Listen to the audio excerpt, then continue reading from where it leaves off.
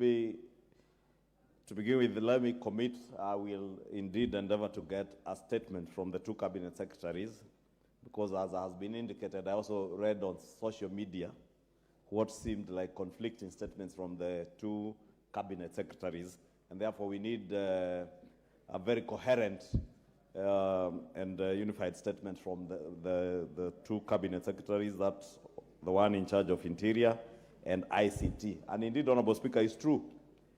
It's sad that this matter came to light because it was in the middle of our city at KICC. More shocking, Honorable Speaker, is to ask, how does a foreigner not just come to collect data from the middle of our CBD, but from a government premise? Because KICC is a government installation. And therefore, whether this person is there legitimately or not, because we do not know, we wait to hear the answers from the government. But it concerns many people that this was being done in government premises. And even the cautionary statement being given by the data commissioner is a little bit too late, because they should have known before they set up camp at KICC.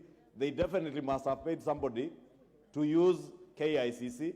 The person who allowed them to use KICC should and ought to have verified whether they have been allowed by the data commissioner and they have all the requisite licenses and approvals. Because, Honorable Speaker, as Honorable Mukunji rightly says, in this day and age of artificial intelligence, it is possible that Kenyans will be barred from walking through some places.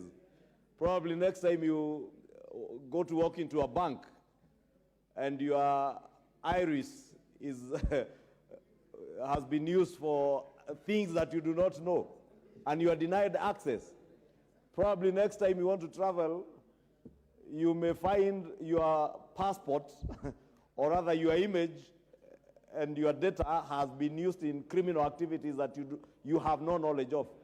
And even, Honorable Speaker, in this day and age of terrorism, Kenyans need to be cautious. And Honorable Speaker, allow me to use this opportunity to caution our young people, and not just young people, to caution Kenyans. Not everything that glitters is gold.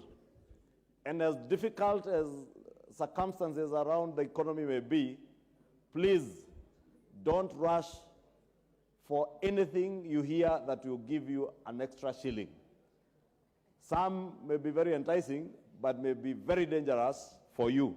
And I'm not saying this one is dangerous because I do not know, Honorable Speaker. I will wait to hear from government, and I want to believe that especially the Ministry of Interior has taken all cautionary measures, including the National Intelligence Service, to establish who these people are.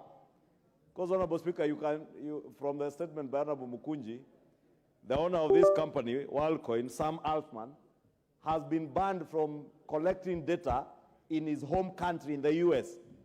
So what is it that the Americans know about Sam Altman that the Kenyan state does not know, that we can allow him to come and harvest all manner of data from our people? And, Honorable Speaker, it only came to light because it was at KICC. You can imagine how much more data they may have collected around the country. When the matter came up and it was in the news last night, I saw in WhatsApp groups in my constituency that in a village, a remote village called Lusigeti in Deya, they were there collecting data. And you can imagine, if you entice people in our villages with a little money, how many people will volunteer to just give whatever amount of data they can give in exchange for a few shillings or a few thousand shillings. Honorable Speaker, government has a responsibility to